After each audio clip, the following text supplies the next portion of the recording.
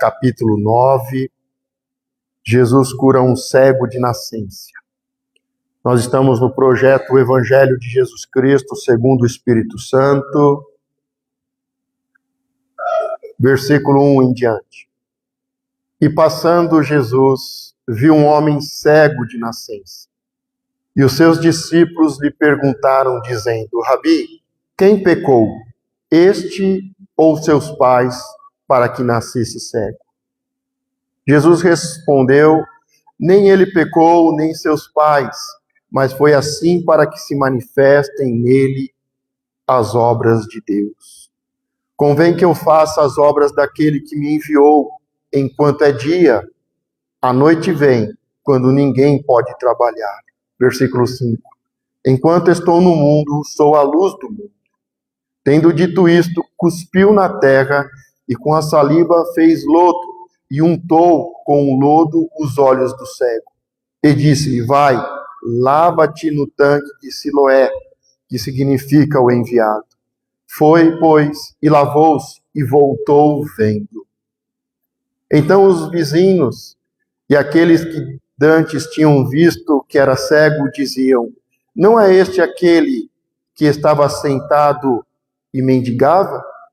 Uns diziam: é este. Outros: parece-se com ele. E ele dizia: sou eu. Versículo 10. Diziam-lhe, pois: como se te abriram os olhos? Ele respondeu e disse: o homem chamado Jesus fez lodo e untou-me os olhos e disse-me: vai ao tanque de Siloé e lava-te. Então fui e lavei-me e vi. Disseram-lhe, pois: onde está ele? Respondeu: não sei. Os fariseus inquirem o cego. Versículo 13. Levaram, pois, aos fariseus o que dantes era cego. E era sábado quando Jesus fez o lodo e lhe abriu os olhos. Versículo 15. Tornaram, pois, também os fariseus a perguntar-lhe: como vira? E ele lhe disse: pôs-me lodo sobre os olhos, lavei-me e vejo. Então alguns dos fariseus diziam: este homem não é de Deus, pois não guarda o sábado. Diziam outros: como pode um homem pecador fazer tais sinais? E havia dissensão entre eles. Tornaram, pois, a dizer ao cego: tu que dizes daquele que te abriu os olhos? E ele respondeu que é profeta. Os judeus, porém, não creram a seu respeito, que tivesse sido cego e que agora visse, enquanto não chamaram os pais do que agora via, e perguntaram-lhe, dizendo: é este o vosso filho, que vos dizeis ter nascido cego? Como, pois, vê agora? Versículo 20. Seus pais lhe responderam e disseram: sabemos que este é o nosso filho e que nasceu cego, mas como agora vê, não sabemos, ou quem lhe tem aberto os olhos, não sabemos. Tem idade, perguntai-lhe a ele mesmo, e ele falará por si mesmo. Seus pais disseram isto porque temiam os judeus, porquanto já os judeus tinham resolvido que, se alguém confessasse ser ele o Cristo, fosse expulso da sinagoga. Por isso é que seus pais disseram: tem idade, perguntai-lhe a ele mesmo. Chamaram, pois, pela segunda vez o homem que tinha sido cego e disseram-lhe: dá glória a Deus. Nós sabemos que este homem é pecador. Versículo 25. Respondeu ele, pois, e disse: se é pecador, não sei. Uma coisa sei é que, havendo eu sido cego, agora vejo. E tornaram a dizer-lhe: que te fez ele? Como te abriu os olhos? Respondeu-lhe: já vos disse, e não ouvistes, para que o quereis tornar a ouvir? Quereis vós, porventura, fazer-vos também seus discípulos? Então o injuriaram e disseram: discípulo dele sejas tu. Nós, porém, somos discípulos de Moisés.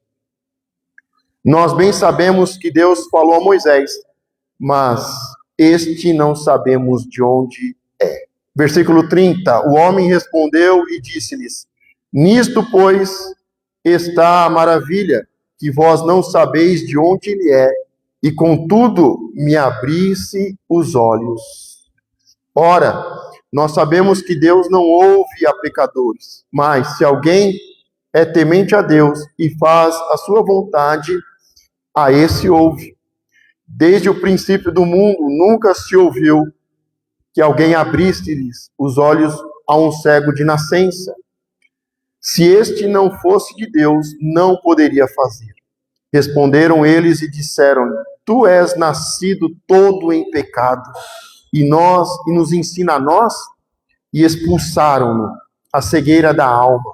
Versículo 35. Jesus, ouvindo que o tinham expulsado e encontrando-o, disse-lhe: Crês tu no Filho de Deus? Ele respondeu e disse: Quem é ele, Senhor, para que nele creia? E Jesus lhe disse: Tu já o tens visto, e é aquele que fala contigo. Ele disse: Creio, Senhor, e o adorou. E disse-lhe Jesus: Eu vim a este mundo para juízo, a fim de que os que não veem, vejam, e os que veem, sejam cegos. Versículo 40. E aqueles dos fariseus que estavam com ele, ouvindo isto, disseram-lhe: Também nós somos cegos? Disse-lhe Jesus: Se fosseis cegos, não tereis pecado. Mas como agora dizeis: Vemos, por isso o vosso pecado permanece. Mesmo sentado, feche os seus olhos. Senhor meu Deus e nosso Pai, nós te agradecemos por tudo que o Senhor é. E já declaramos, meu Pai, que a tua bênção está sobre nós. Senhor, eu rogo a ti que o Senhor me use nesta noite para liberar, meu Pai, a tua palavra, que é espírito e que é vida. Senhor, a tua unção está sobre nós para abrir os olhos dos cegos. E desde já, Senhor, te agradecemos, porque sabemos que a tua palavra não volta vazia. Obrigado, Senhor. Amém? Nós lemos o texto e eu gostaria de destacar alguns pontos importantes agora. E a primeira coisa é que Jesus viu. O texto começa falando que Jesus viu. Ele viu um homem cego de nascença. Nós vemos Jesus viu. Ali também fala de um homem que é cego de nascença. Fala também dos discípulos de Jesus, que querem ver, que querem saber. E também fala de religiosos, que acham que veem, mas não veem e não sabem nada. Como está a sua visão? Como está a nossa visão? O apóstolo ainda ministrou a palavra do Senhor ontem na sede, falando que os olhos são a candeia. Que se os olhos forem bons, tudo será bom. Mas se os olhos forem maus, tudo será mal. Como está a sua visão? Como está a nossa visão? O que nós sabemos? O que nós precisamos saber nessa noite? O que o Senhor quer nos mostrar nessa noite? Segundo ponto importante é que esse texto fala de um homem que era cego de nascença. E a grande discussão é sobre o pecado. Quem pecou? Ele ou seus pais? Até hoje se discute muitas coisas de forma teológica. E muitas vezes nós vemos isso nas redes sociais. E essas discussões não levam a nada. Os discípulos, eles querem ver, eles querem saber, eles querem uma revelação, não uma discussão teológica. Este cego de nascença, ele pecou? Os seus pais pecaram? Era muito comum na época se discutir de forma teológica se um bebê ainda no ventre da mãe poderia cometer pecados. Hoje se fala muito sobre pecado, iniquidade, se fala sobre maldições hereditárias. Quem pecou? Ele ou seus pais? Uma maldição que visita até a terceira e quarta geração. É óbvio que essas coisas existem. Quando Jesus responde aos seus discípulos, de forma nenhuma o Senhor, ele está anulando a questão do pecado, da maldição hereditária, do mal que visita até a terceira e quarta geração. Só que o que Jesus queria fazer era resolver o problema. Nós vemos nos textos antigos, muito conhecido pelos judeus, o livro de Jó, o livro mais antigo, o primeiro livro. E quando se fala do livro de Jó, não tem como não falar dos amigos de Jó, que ficam o tempo inteiro acusando Jó de ter pecado. Jó, você pecou. Jó, você é orgulhoso, você é soberbo, você pecou. Consulte a Deus.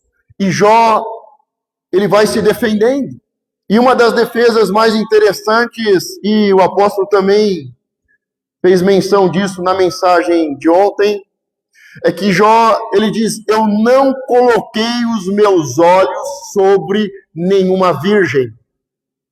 Podemos aqui fazer um paralelo entre Salomão, que teve mais de 1000 mulheres, e Jó. Jó, no momento de acusação, em que os amigos dizem, você pecou, ele diz, eu fiz um voto, um compromisso com os meus olhos. Eu tenho uma aliança e eu não coloquei os meus olhos sobre uma virgem. Eu não tenho pecado de prostituição. Mas Jesus, ele quer dizer algo bem simples. Existe pecado. Existe consequência do pecado.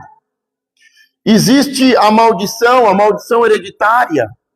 Sim, todos nós pecamos e destituídos da glória fomos.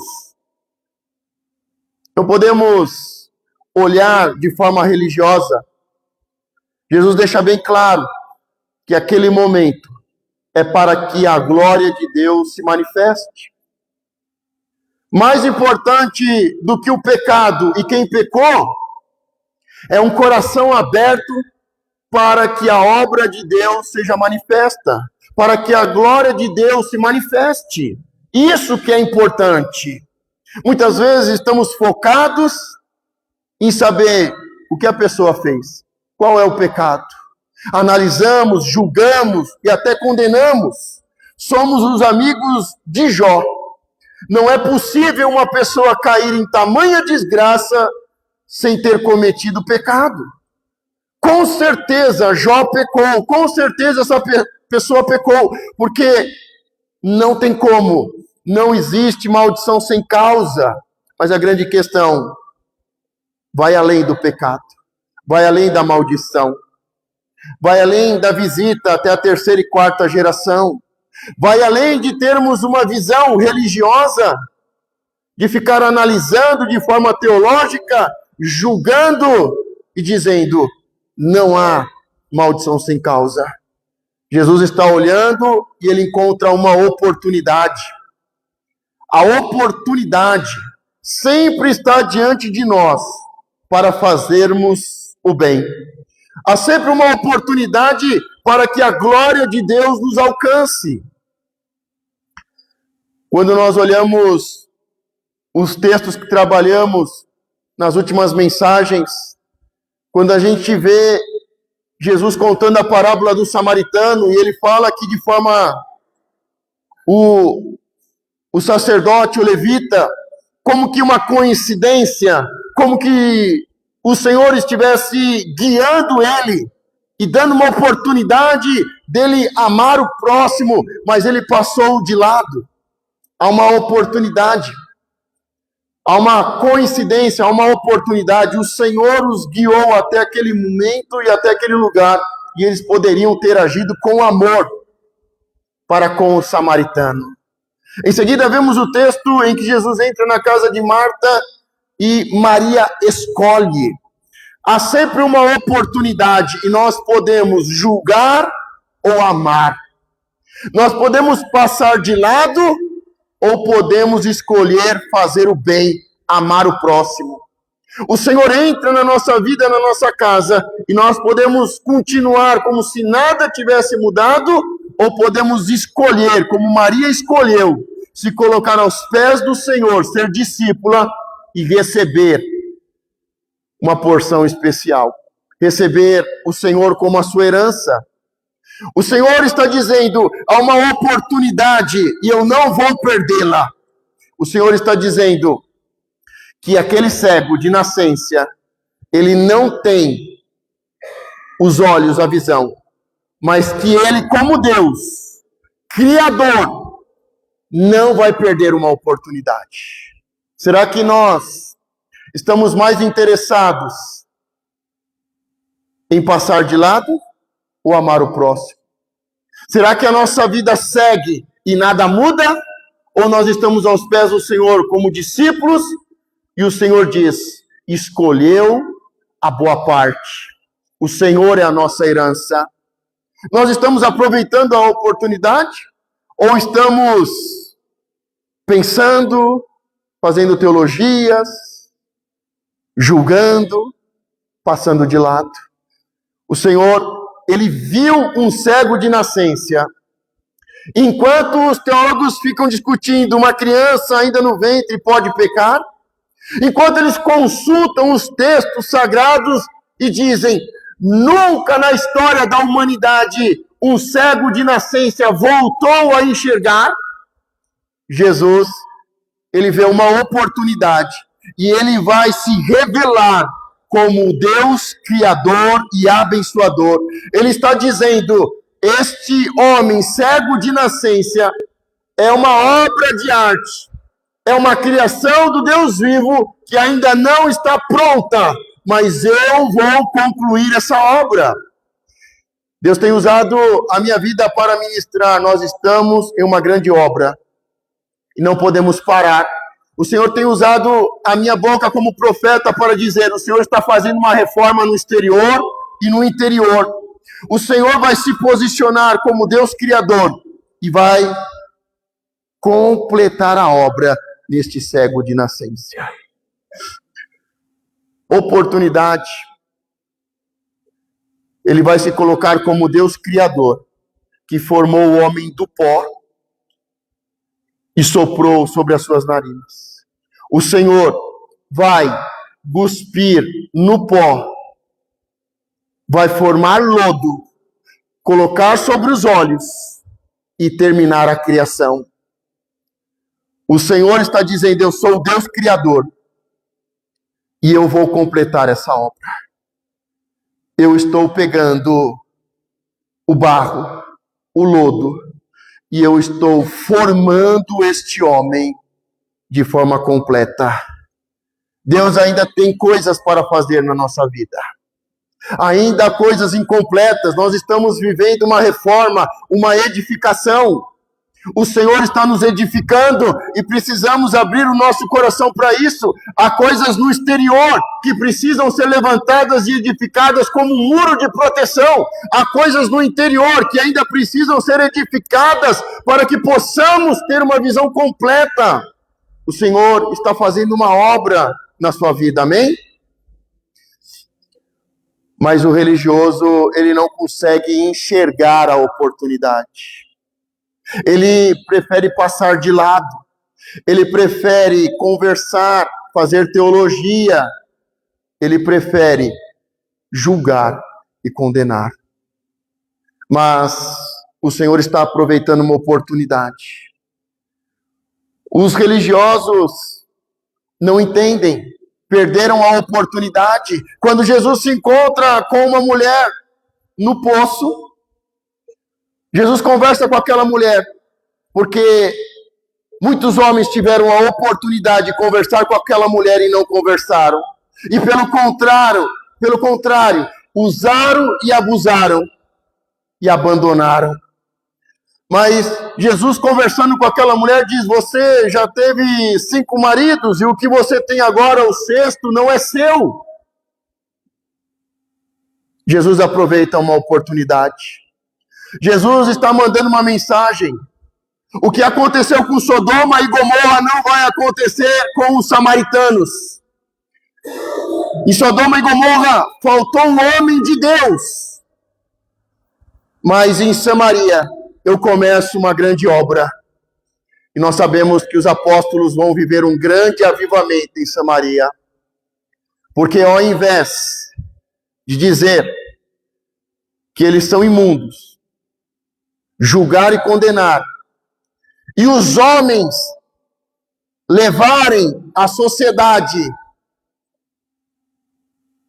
a uma vida corrupta e degenerada e serem destruídos, Jesus entra em Samaria e ele aproveita a oportunidade e faz a diferença. E o que poderia acontecer, o que aconteceu como Sodoma e Gomorra, não vai mais acontecer porque Jesus entrou e aproveitou uma oportunidade. Ao invés de implantar como homem, implantar a prostituição e levar as famílias e a cidade à destruição, Jesus entra, aproveita a oportunidade e ele restaura a vida de uma mulher e o casamento. E ali começa um avivamento. O avivamento começa com famílias sendo restauradas, com o Senhor dizendo: ter 5 maridos e o que você tem agora, isso não é certo. Eu vou mudar isso. Eu vou te abençoar. Eu não sou mais um homem que vai usar a situação para se aproveitar, mas eu vou entrar e aproveitar o momento para transformar. Os religiosos, certa ocasião, procuram Jesus e começam a contar uma história mirabolante. Porque a mulher que era casada, se o marido morresse e não tivesse filho, ela se deitaria com o irmão. E eles perguntam: Jesus, se uma mulher casa, o marido morre e não tiveram filhos, aí ela casa com o segundo, o terceiro, o quarto, ela casa, não tem filhos, ela vai se deitando com 7. Quando ela chegar nos céus, quem vai ser o seu esposo? Que história linda! O que a teologia faz? Imagine uma mulher casar e os 7 maridos morrer. Eu acho que não tem uma mente mais doentia e perversa, maligna do que um religioso, para fazer uma pergunta dessa a Jesus. Que pergunta cretina! O que nós precisamos é de pessoas divinas que digam o que essa viúva precisa. Não precisamos de teologias baratas. Não precisamos de programa nas redes sociais que só trazem escândalo, de teólogos trazendo histórias doidas e malucas. Nós precisamos meditar na palavra do Senhor. O que nós precisamos é estudar, meditar e receber a vida de Deus em nós. Jesus responde à pergunta: nos céus não se darão em casamento e tudo mais, mas quando a gente vê uma viúva, o que você pensa? É uma oportunidade de você abençoá-la, de você socorrê-la. Quando você vê um órfão, o que você pensa? Você pensa que é uma oportunidade para você agir? Quando você vê um mendigo na rua, você vê uma oportunidade? Quando você vê um cego de nascença? Quando Jesus viu um homem cego de nascença, os seus discípulos vêm e querem saber. Os religiosos acham que veem e que sabem. A discussão não é sobre pecado, sobre se um bebê pode pecar ainda no ventre da mãe. Até hoje os crentes entram na discussão. A vida, quando começa a vida? A partir de que mês já é considerado vida? Para que tanta discussão, tanta teologia e tanta besteira? Para que ficar pensando em pecado, quem pecou, maldição hereditária, e não há maldição sem causa? Procure uma oportunidade para orar e libertar alguém. Procure uma oportunidade para orar e curar alguém, abençoar as pessoas. Não caia na armadilha dos religiosos. Quando você vê um problema, você cria mais 3? Ou você é solução? Você é luz e você é sal. Quando você vê um mendigo, um cego, quando você vê uma viúva, uma criança, você vê uma oportunidade de fazer a obra de Deus? Você entende que todos nós estamos num processo de sermos criados à imagem e semelhança, de nascermos de novo, de sermos edificados casa de Deus? Aproveite a oportunidade. Aproveite a oportunidade. Porque a oportunidade passa. Diga comigo, a oportunidade passa. Jesus diz, olha, enquanto é dia, eu vou trabalhar, porque vai chegar a noite. Jesus está falando sobre luz e trevas, dia e noite, missão e cruz, vida e morte. Enquanto há vida, há oportunidade. Jesus está dizendo, ainda é dia, eu estou vivendo a minha missão, eu sou a luz do mundo, eu vou dissipar as trevas e a cegueira. Eu estou cumprindo a minha missão durante o dia, e vai chegar a noite, e eu serei pendurado no madeiro. Eu sou a vida e eu vou vencer a morte. É isso que Jesus está fazendo, é isso que ele está falando. As igrejas estão perdendo tanto tempo com tapinha nas costas, com tantas saudações prolongadas, com tanto diz-que-me-diz-que, com tanta bobeira nas redes sociais. Os púlpitos estão cheios de mensagens vazias que não falam de Jesus, que não têm o nome de Jesus e que não trazem o reino. Próximo ponto. Jesus estava passando, os discípulos estavam no caminho, mas enquanto Jesus coloca saliva, gospe naquele pó, naquele barro, faz lodo, unta os olhos e diz, vai, tem gente parada. Jesus está passando, ele é o caminho, a verdade e a vida. Os discípulos são chamados de os do caminho. Jesus coloca o barro nos olhos e diz, vai, mas tem muita gente parada. Tem muita gente parada. Tem muita gente, não sei se você vai entender, mas tem muita gente parada servindo. Tem muita Marta, com o coração doente, fermentado. Doente porque tem ódio do pai. Não ama ninguém. Não respeita líder. Sexto ponto. Aquele cego de nascença estava à beira do caminho, vivendo na marginalidade.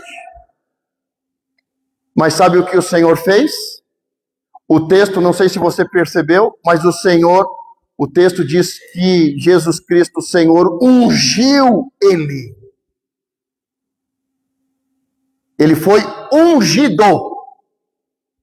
Ele foi ungido. Jesus gospe no pó, faz lodo, pega aquele lodo, representando o homem feito do pó, pega aquele lodo, coloca nos olhos e diz, vai se lavar. Vai se lavar no tanque. Ele foi ungido. Ele foi ungido. Ele foi enviado. Os pais estavam com medo de serem excomungados, com medo de serem expulsos da igreja. E lá, ser excomungado, expulso da igreja, era como que se uma morte, não só espiritual, mas social. Porque tudo girava em torno da comunidade, tudo girava em torno da religião. Ele ia perder não só a parte religiosa, de entrar em uma reunião, mas ele ia perder a vida social e a vida econômica. Quantas pessoas se apegam às coisas pequenas por causa do medo? Quantas pessoas estão fugindo de Deus por causa do medo, por causa da vergonha? Mas aquele homem que vivia à beira do caminho, à margem da sociedade, Jesus passa, vê um homem cego de nascença, vê como uma obra de arte, uma tela em branco, e o Senhor vai criar um novo tempo. O Senhor vai dar vida e vai criar, como criou em Gênesis. O Senhor gospe, faz o lodo, unta os olhos, e ali diz que ele foi ungido. E o Senhor o envia a lavar os olhos na fonte de Siloé. Os pais estão com medo. Nós vemos que os pais, mais à frente, quando são interrogados, os pais dizem: ele é maior de 18 anos, fala com ele. Tem pai hoje que não tem medo de ser excomungado, tem medo do filho. Não ensina, não corrige e diz: faz o que você quer. Você tem mais de 18 anos.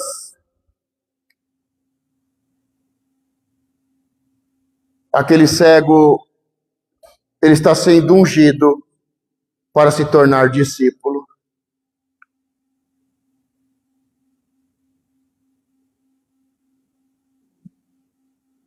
Ele foi ungido, mas preste muita atenção que o que Jesus falou, a saliva de Jesus, o barro, o lodo, colocar nos olhos, o toque de Jesus, não curou ele.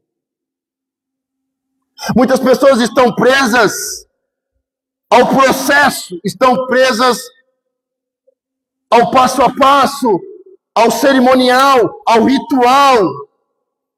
Muitas pessoas estão presas ao processo.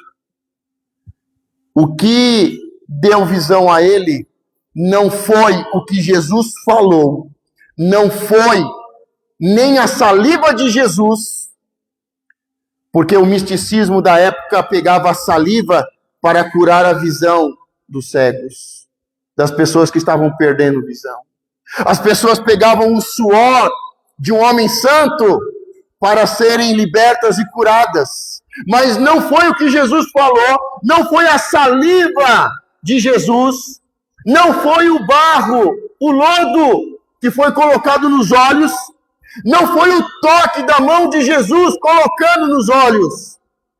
O que fez aquele cego de nascença voltar, começar a enxergar, foi a obediência. Diga obediência. A obediência. Jesus ungiu ele e o enviou. Vá e lave o seu rosto.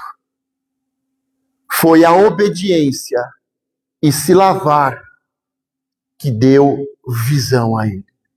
Muitas pessoas estão confiando na oração, estão confiando no azeite derramado sobre a cabeça, estão confiando na imposição de mãos, estão confiando de ir em tal lugar. Mas o que deu visão a esse cego foi a obediência.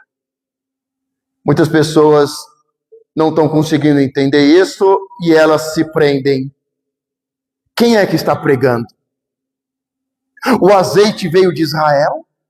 O pastor vai impor as mãos, vai dar tapinha nas costas, nós vamos a tal lugar, vamos subir o monte, nós vamos descer, nós vamos no congresso. Não. O que fez aquele homem começar a ter visão foi a obediência. Ele ouviu o que Jesus falou e ele obedeceu. É a obediência que nos dá visão. Ele foi ungido, mas não foi ser ungido que deu visão. Foi obedecer que deu visão. Tem muita gente ungida, mas não tem visão. Esse cego de nascença, ele foi ungido pelo próprio Deus. saliva do santo, fez e untou, e pôs as mãos sobre ele. Mas a Bíblia deixa bem claro, não foram essas coisas que fez ele ter visão. Não foi a unção, não foi o azeite, não foi a saliva, não foi a imposição de mãos, foi a obediência. Tá difícil de entender o que é obediência? Tá difícil de entender que é obedecer que muda a sua vida? A obediência. Jesus o enviou. Eu sei que tá difícil de entender, mas o que você precisa ver é que não é a quantidade. Jesus começa com 12 discípulos e termina com 11. É um fracasso aos olhos do religioso.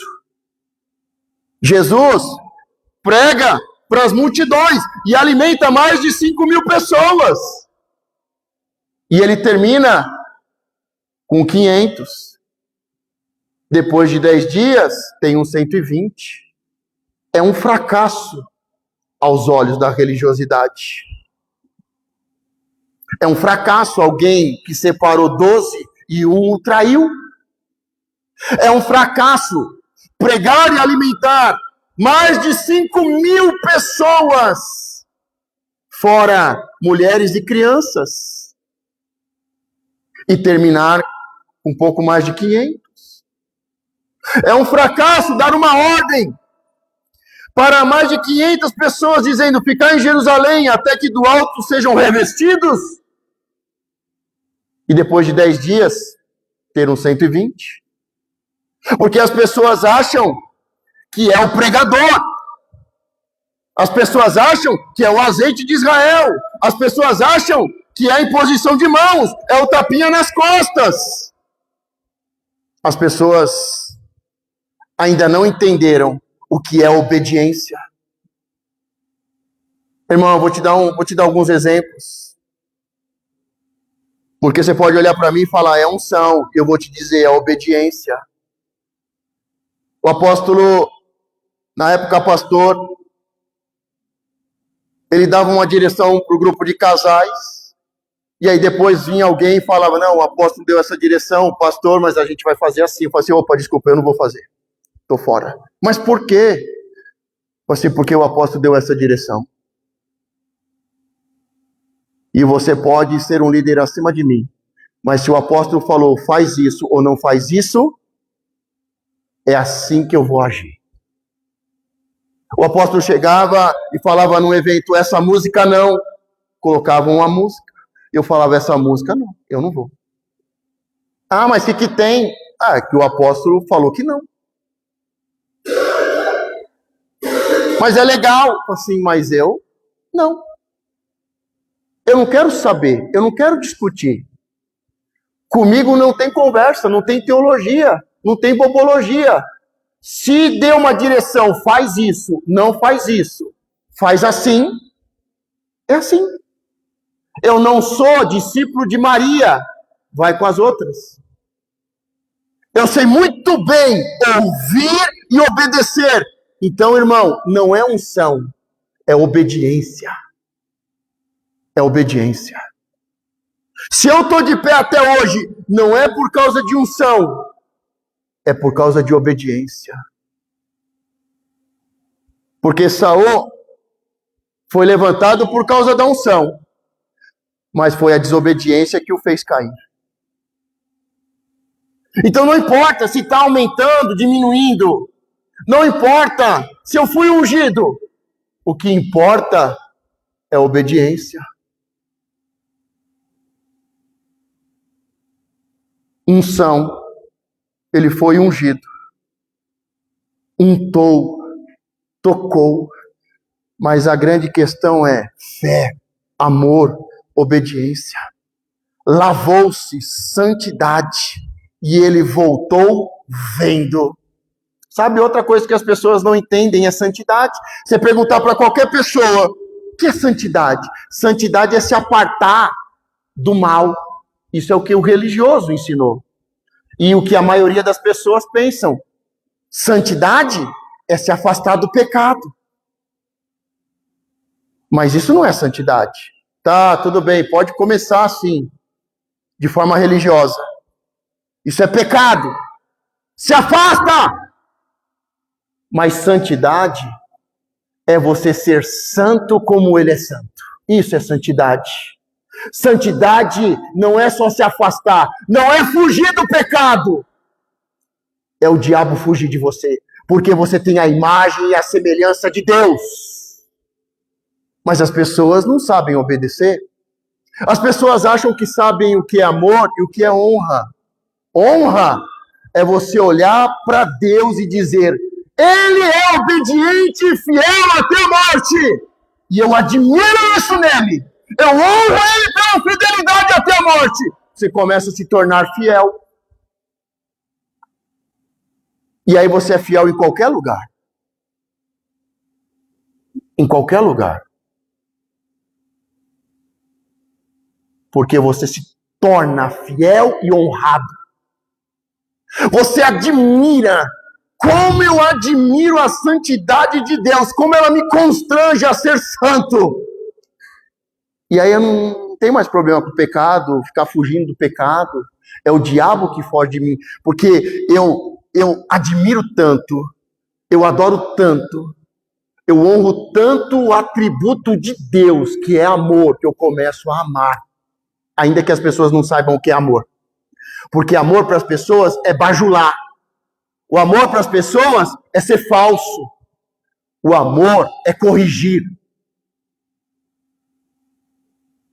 Eu olho tanto para Deus e eu vejo amor, que eu começo a me tornar amor. A maior mensagem do profeta João Batista é amor. Você não está vendo a necessidade do sermão? Para de ser egoísta. Para de querer ter as coisas da forma errada. Ajuda o seu irmão. Você tem o de comer, dá para o seu irmão. Você tem 2 roupas, dá uma para o seu irmão. Isso é amor. Isso é amor. Isso é amor ao próximo. Agora o problema é que aquele doutor da lei, ao invés de se batizar e aprender sobre amor com João Batista, ele acha que ele já sabe tudo. Eu não preciso aprender com João Batista. A pregação de João Batista é bem simples. É puro amor. Faça por eles. Abençoe eles. Para de cobrar o imposto de forma indevida. Se contente com o seu soldo. Você tem? Dê para quem não tem. Você tem 2? Dá 1 para quem não tem. É amor puro. Mas a gente acha que sabe. A gente acha que sabe o que é honra. A gente acha que sabe o que é santidade. Você nunca vai ter amor enquanto você não olhar e falar assim: Deus amou o mundo de tal maneira. Esse amor me constrange, não é normal, isso não é o amor que eu conheço, não é o amor que eu tenho. Eu amo tanto o amor de Deus, que eu começo a receber o amor de Deus. Deus amou tanto o mundo de tal maneira, e eu quero aprender a amar como Deus amou. Deus é santo, e eu não quero ser um religioso, passar a vida inteira fugindo de pecado, passar a vida inteira fugindo do diabo. Não, eu começo a adorá-lo, eu começo a respeitá-lo, honrá-lo, e eu começo a receber a santidade. Nós achamos que sabemos o que é amor. Tem muito religioso pregando sobre honra, sobre reino. Tem muita gente achando que sabe o que é santidade. Santidade é um atributo, é uma característica, é uma identidade daqueles que são a imagem e semelhança de Deus. Aquele cego de nascença, ele foi ungido, mas ser ungido não mudou a sua vida. Obedecer começou a mudar a sua vida, e quando ele se lavou, que significa santidade, a sua vida mudou. Obediência e santidade. Santidade, ninguém verá a Deus sem santidade. Ninguém verá a Deus sem santidade. Bem-aventurado os puros de coração, os santos, porque eles herdarão Eles são abençoados. Revelação. A gente vê que aquele cego, quando ele se encontra com Jesus, ele vai tendo uma revelação progressiva, vai crescendo a revelação. As pessoas acham que conhecem Jesus. As pessoas acham que conhecem Jesus. Você conhece o seu esposo? Você conhece o seu filho?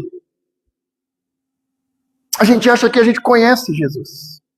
A Bíblia diz: conheça e prossiga em conhecer. Meu irmão, eu olho para minha esposa, depois de todos esses anos, eu falo assim: meu Deus, não conhecia. Preciso conhecer. E as pessoas acham que conhecem Jesus. A Bíblia deixa bem claro: conheça e prossiga em conhecer. Aquele cego de nascença, ele vai tendo uma projeção, ele conhece primeiro o Jesus homem. Fala que Jesus viu ele, e ele conhece o Jesus homem. Depois ele vai falar quando é interrogado. Os religiosos começam a interrogá-lo e perguntam quem é ele. E ele diz: um profeta. Mais à frente ele vai dizer: homem de Deus, Senhor, digno de louvor e adoração. E por fim diz: filho do homem, como Daniel teve a revelação. E diz: filho do homem. Você vê que ele vai tendo uma revelação. É um homem, é um profeta, é um homem de Deus. Ele é o Senhor, e eu o adoro. Ele é o filho do homem, ele é o enviado. Quando Jesus unge aquele cego e o envia, aquela fonte, ela tem um nome, Gion. Esse nome começa lá no Éden, quando tem um rio que tem 4 braços, se torna 4 rios, e tem um que é chamado Gion. Gion fala sobre fertilidade, e em Jerusalém, Israel, Jerusalém, ali tem uma fonte também chamada Gion, e essa fonte chamada Gion faz uma menção ao Éden, fertilidade, uma fonte que está sempre jorrando, fertilidade, abundância, prosperidade, a fonte de Gion, representando Jesus Cristo, a fonte da vida, aquele que gera vida, aquele que é fértil, aquele que gera vida, aquele que é abundante, aquele que prospera. Aquela fonte fazia a água correr por um canaduto chamado Ezequias. Deus fortalece. Nós precisamos ter revelação sobre Jesus Cristo a cada dia. Os pais ficaram presos ao medo, à incredulidade, serem punidos, excomungados. Mas aqueles pais estão vivendo uma religiosidade à margem do reino. Mas aquele homem que nasceu cego, ele que vivia literalmente à margem da sociedade, à beira do caminho, um cego, ele vai entrar no centro da vontade de Deus. Ele vai ser uma testemunha. Os religiosos perguntam, questionam: ele é pecador, ele não é profeta, porque como é que ele quebra a lei? E quem quebra a lei não é santo, não é profeta, não faz milagre. E o cego, aquele cego que recebe visão, ele diz: olha, o que eu sei é que ele me deu vista. O que eu sei é que ele fez um milagre na minha vida. Jesus quebrou a tradição religiosa. Ele não quebrou o mandamento, mas ele quebrou a tradição religiosa que aprisiona as pessoas, que coloca medo, que boicota as pessoas, que exclui as pessoas. Mas ao mesmo tempo, aquele cego ele vai se libertando, ele vai testemunhando. E ele, dando testemunho, em determinado momento ele diz: vocês querem ser discípulos dele? E aí os doutores da lei param de interrogar e começam a esbravejar e a querer humilhá-lo. Você nasceu todo em pecado, que você seja discípulo dele. Nós somos discípulos de Moisés. Aquele cego, ele usa a melhor teologia. Ele diz: o que eu sei é que antes eu não enxergava nada e agora eu enxergo. Não tem como um justo, uma pessoa injusta, fazer milagres. Ele é justo.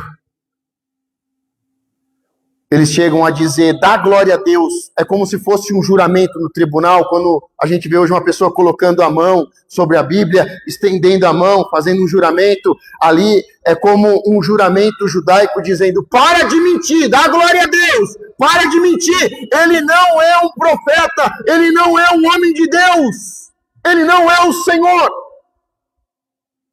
Mas não tem como, contra as provas, não tem argumento. Não tem argumento.